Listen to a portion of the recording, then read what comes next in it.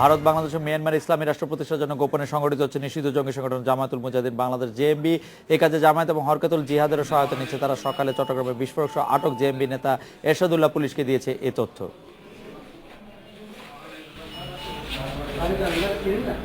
চট্টগ্রামের কর্নেলহাটের বাগানবাড়ি এলাকা থেকে বিপুল গান পাউডার, ডোটেনেটর, গ্রেনেড ও বোমা তৈরির সরঞ্জাম নির্দেশিকা সহ এরশাদুল্লাহ ওরফে মামুনকে আটক করে আকবরশাহ থানা পুলিশ।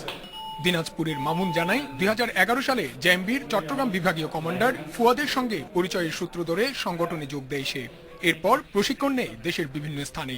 আর গেল বছরের ২ জানুয়ারি ভারত থেকে মায়ানমার পর্যন্ত ইসলামী রাষ্ট্র প্রতিষ্ঠার মিশন নিয়ে আসে চট্টগ্রাম। বাংলাদেশ এবং এই ভারতকে কেন্দ্র করে একটা ইসলামিক স্টেট গড়ে তোলার জন্য এই চিটাগাং অর্থাৎ এই পার্বত্য অঞ্চলকে আমরা টার্গেট ভিত্তিক গ্রহণ করে নিই এবং সেখানে এসে ধীরে ধীরে আমরা সেট আপ হতে শুরু করি। আইডি স্বরূপ আমরা বিভিন্ন কাজে বিভিন্নজন বিভিন্নভাবেই ঘুরি।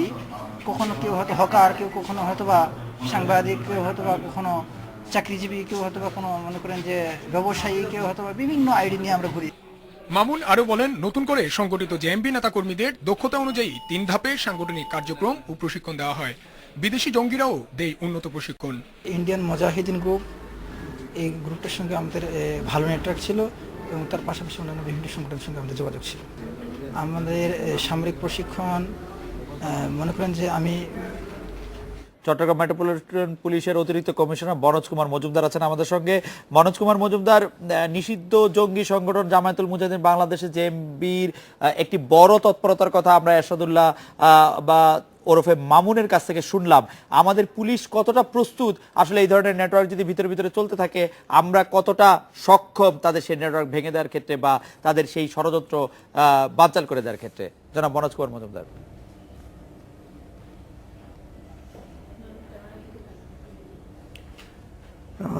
এরশাদ হোসেন যে অ্যারেস্ট হয়েছে, এই বিভিন্ন তথ্যের ভিত্তিতেই তাকে অ্যারেস্ট করা হয়েছে এবং আমাদের যেটি থাকে যে আমাদের সবসময় কাজগুলো থাকে, এর ভিতরেও এই ধরনের কর্মকাণ্ড আমাদের চলতে থাকে যে যেগুলো একটা লিঙ্কের পরে আর একটা লিঙ্ক খুঁজে বার করা, তারপরে আর একটা খুঁজে বার করা।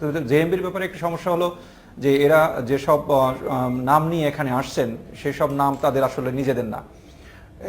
এরা বিভিন্ন ধরনের নাম ব্যবহার করেন, যেমন এই মামুন এর আগে নাকি সে নাম ব্যবহার করছে জয়, এর আগে বিজয়, দুর্জয়, এইরকম নাম। তো এই নাম নিয়েই আমাদের মূলত বিভ্রাট এবং ওরা আমাদেরকে এই বিভ্রাট করার জন্যই বিভিন্ন ধরনের কৌশল অবলম্বন করে। তো এই কারণে আমাদের মাঝে মাঝে একটু গ্যাপ হয়ে যায় এদেরকে উঠিয়ে আনতে। তো তারপরও এরা মাঝে মাঝে যখন ধরা পড়ে তখন এইটি নিয়ে আবার কাজ শুরু হয় এবং কাজ শুরু করার পরে আবার আমরা আরও আমাদের নেটওয়ার্ক বিস্তৃত করতে পারি এবং বিস্তৃত করি। তবে মামুনের ধরার পর মামুন যেটি বলেছেন যে সেটি হলো যে তারা আবার নতুন করে চেষ্টা করছেন যে তারা আইএসআই থেকে তারা উদ্বুদ্ধ হয়েছেন এবং এই কারণে তারা নতুন করে তারা সংঘবদ্ধ হওয়ার চেষ্টা করছেন এবং তারা যেটি বলেছেন যে যেহেতু একার পক্ষে কোনো একক সংগঠনের পক্ষে এটি করা সম্ভব না, তো তারা মনে করছেন যে জেএমবি নিজেই ডাকের অপেক্ষা আছে আইএসআইয়ের বা অন্য যে সমস্ত এই ধরনের সংগঠন আছে সেই সমস্ত সংগঠনই ডাকের অপেক্ষা আছে, যে যেভাবে পারবে কাজ করবে, কাজ করলে তারা একসময় তাদের কাঙ্ক্ষিত জায়গায় ফিরে চলতে পারবে।